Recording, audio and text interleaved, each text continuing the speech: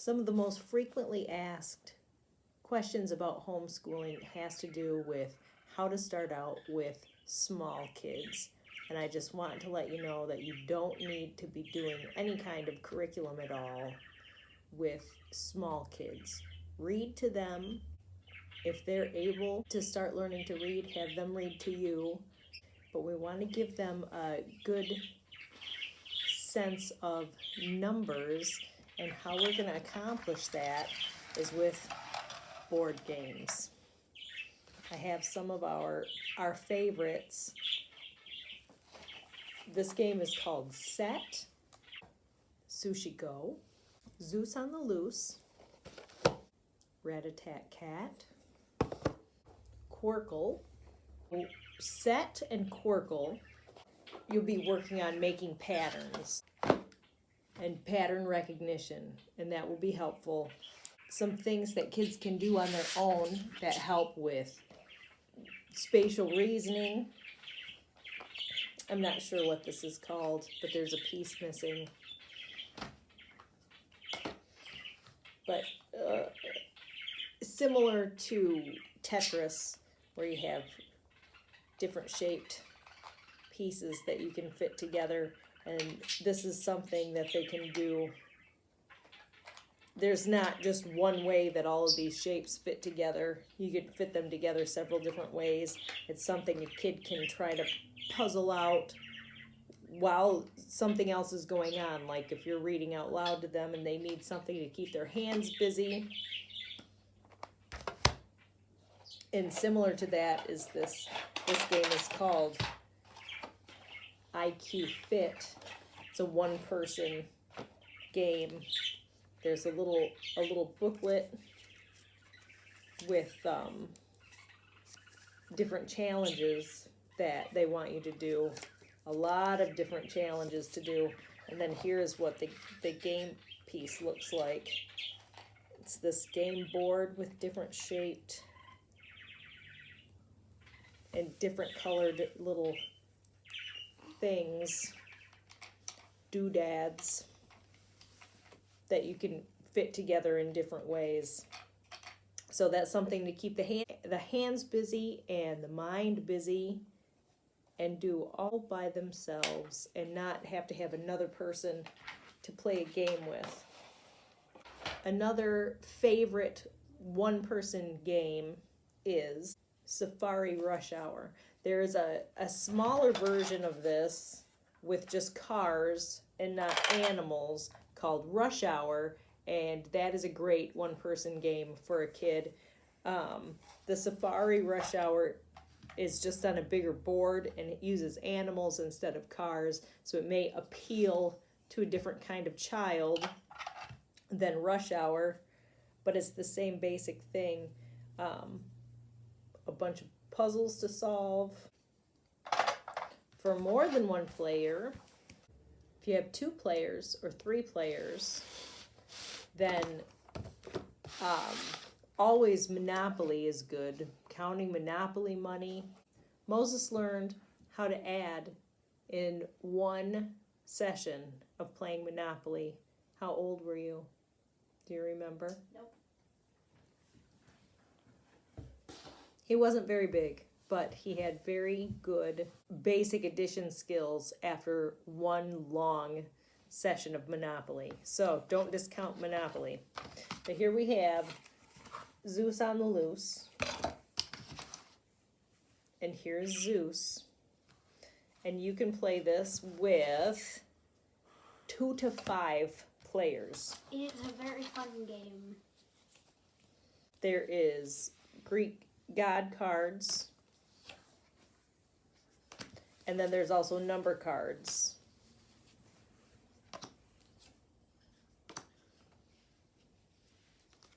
And you deal a few cards out to everybody, and then you take turns adding the cards up.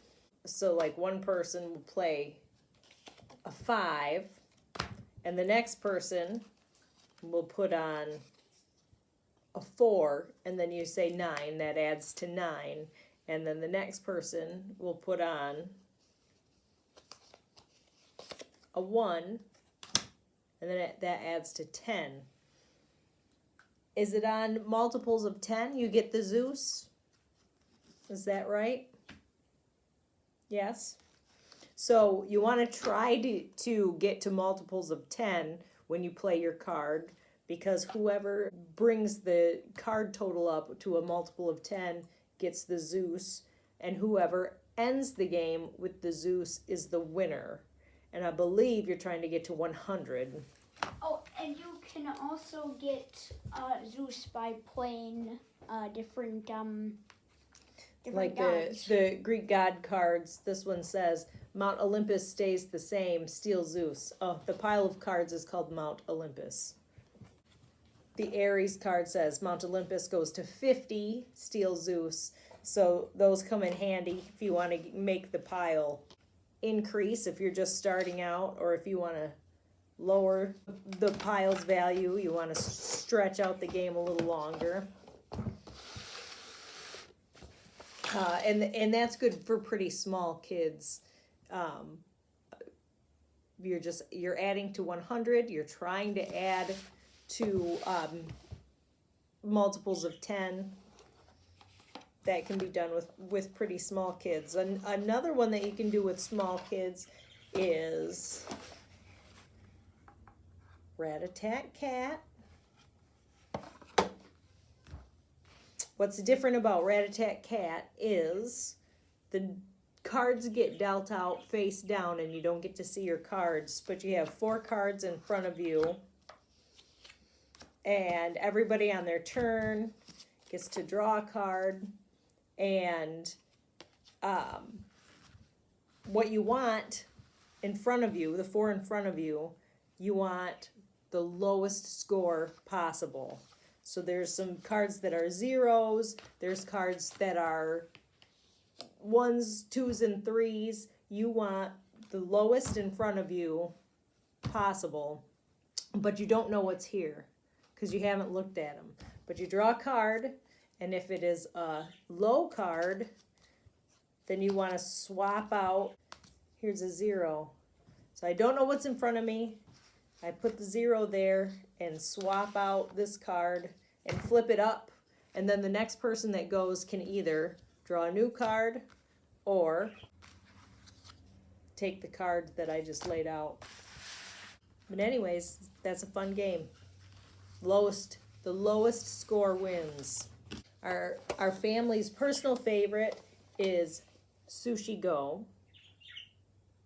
It's not that great of a math game, but You learn about foods.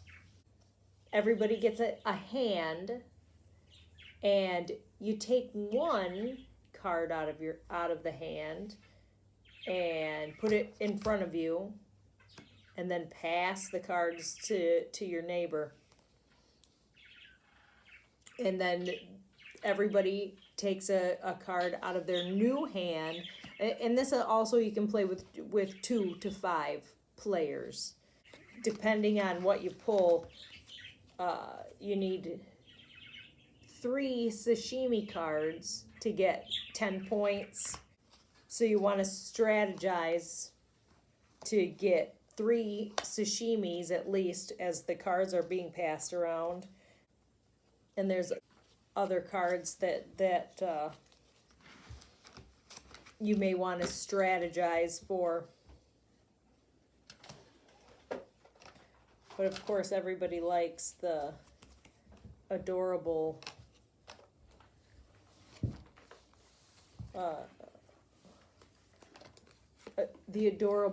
Japanese food. This one may be a little bit harder for very small kids. There's students. Oh, there it is. Moses' favorite game is Bang. Bang. And it's basically the Wild West. You have like 4 roles. You have the sheriff, you have the deputies, you have the outlaws, and you have the renegade. And those are all the roles. And this one you have to play with 4 people at least, 4 to 7 players. Moses started playing this when he was 7. I don't know that other 7-year-olds would be able to handle this game. So this is an Italian game, and so on every card is written in English, Italian and big, Italian. and then English underneath. When Moses started playing this game, it really helped his reading skills because he didn't want to read a book, but he wanted to read the instructions for how to play this game. And then every single card has some instructions actually on the card in Italian and English. And we have every So not so much a math game, and not for very small kids. We have every single expansion that you can buy. So I started playing set with my kids when they were very small, because you can kind of make it easier depending on how many cards you set out. But you put the cards out so that you can see them all and put out several. And what you're trying to do is make a pattern where nothing is repeated or everything is repeated. Let me see if I can show you what I mean. Like, this would be a set because all 3 of them are green and all 3 of them are the same shape and the same number, but they have a different pattern.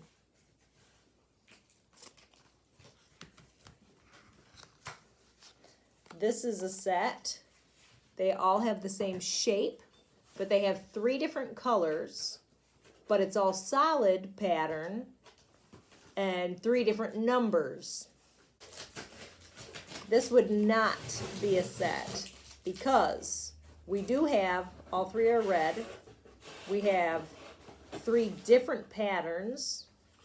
We have the same shape. However, 2 of the cards have 2 and 1 of the cards has 1. If I swap this one for this one, now we have a set because they're all 3 different numbers. And finally we have Corkl, which is quite big, but it has these little tiles that are similar to set, where they have different colors, different shapes. So everybody gets tiles, and then on your turn you have to lay a tile. Something has to be like the tile that's next to it. Like if I lay down orange circle, you can either lay down a red circle next to it, a circle, or you can lay down something orange. Whatever the pattern that you've started, you have to keep up with the pattern. And you have to be careful that you don't put things next to each other that, look, there's another orange. Corkl is 2 to 4 players. It says ages 6 and up. I think very small kids could use this just to sort by color, sort by shape. That would be a fun way to use this. I wanted to do a video on mostly games that give you a good math sense, or do actually help you with addition or multiplication. So of course there's lots of other games that teach your kids all kinds of other things, but it seems like math is the thing that moms ask me about all the time. How do I teach my child to do math? It's like play games and count things. All the shape things you can do with quite young kids, and then eventually work up to these games that have, actual numbers on them. Did you want to play any games with me? Some Sushi Go? How many cards do you get if you're playing with 2 Sushi Go. players? It should be in the rules somewhere. I don't have the rules anymore. I'm just gonna guess. I'm pretty sure it's 8. 8? Okay. So there's a sliding scale of how many cards you get with Sushi Go, depending on how many players you get. The more players you have, the less cards you have in your hand. There's only 2 of us, so I'm going to give us each 8 cards to begin with. So you can only pick one. So you pick your card and you lay it in front of you face down. Yuri card. So after you flip this over. After you've taken one card, you've chosen your card, then you hand your deck to the other player, and then you say Sushi Go, and then everybody flips their card over at the same time. Sushi Go. So Moses picked a squid nigiri, which is worth 3, but he was trying to tell you about wasabi. If you have a wasabi first, and then you can put a squid nigiri on it, that multiplies. There's a multiplication factor, multiplies what it's worth. 3 times 3 is 9, so you get 9 points if you have the squid nigiri and the wasabi. Okay. I already picked my other card. Okay. Also, there's a sashimi, which if you get 3 of them, you get 10 points. Swap hands. Sushi Go. Sushi Go! I got another squid nigiri. Moses took another squid nigiri. I took a wasabi. On my next card, I want a nigiri to dip in the wasabi and multiply the worth of the nigiri card. Oh, so a nigiri is like a bed of rice with meat, I think. You also want dumplings because it says 1, 3, 6, 10, 15. So when you start off, it's only 1, but if you get 2 dumplings, it's worth 3. And if you get 3 dumplings, it's worth 5. Then 4 is, well, you can just see it. It's 6. Then 10, then 15. So. Sushi Go. Sushi Go. I got a salmon nigiri in my wasabi. I got 2 maki rolls. And I got 1 maki roll. So you got 3 points, I'm pretty sure, and I got 6 with the maki So rolls. whoever collects the most maki rolls gets 6 points, and the person who gets the second most maki rolls gets 3 points. So if you're playing with more players than just 2, some people are not going to get their maki roll points. Okay, so now we got to add up our scores. All right. I have so a salmon nigiri 7, dipped in wasabi, 10, so that is 13, 2 times 3, so I got 6 points there. I got 3 sashimi cards, so it's 3 times 10. I got 30 points there. I got 2 points for my salmon nigiri. 3 equals 10. Oh, I got 10 points, because... Okay, 10 points. I tried. So I got 16, 18 points, plus I got 3 maki roll points, because I got 1 maki roll and Moses got 2 maki rolls. So what did that bring me up to? 18 points?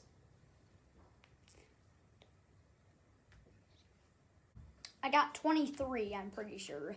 23 points for Moses. He got 2 tempuras. 2 tempuras. So if you have to get 2 tempuras to get the 5 points, just like I had to get 3 sashimi in order to get the 10 points. And I got salmon nigiri dumped in wasabi.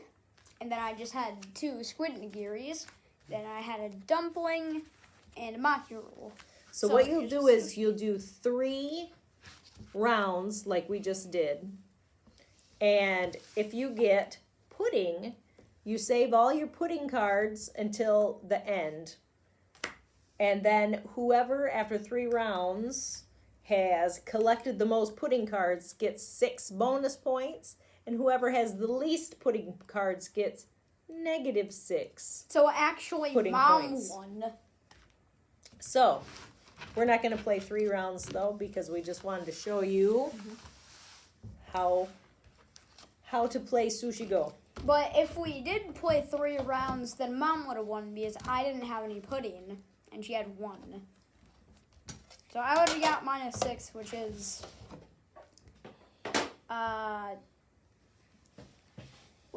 17. Yeah, 17, and she would have got in 24. Thanks for coming to our talk about board games and card games and learning how to count. Hey, another good game is blackjack. I've talked to parents about blackjack before. A lot of parents are very about blackjack because it's gambling, except for it's not gambling if it's just you and a kid trying to add cards up to 21. So if you have just a deck of cards, play blackjack with your kid. It is very fun to try to add your cards up to 21. Thanks for coming. Goodbye.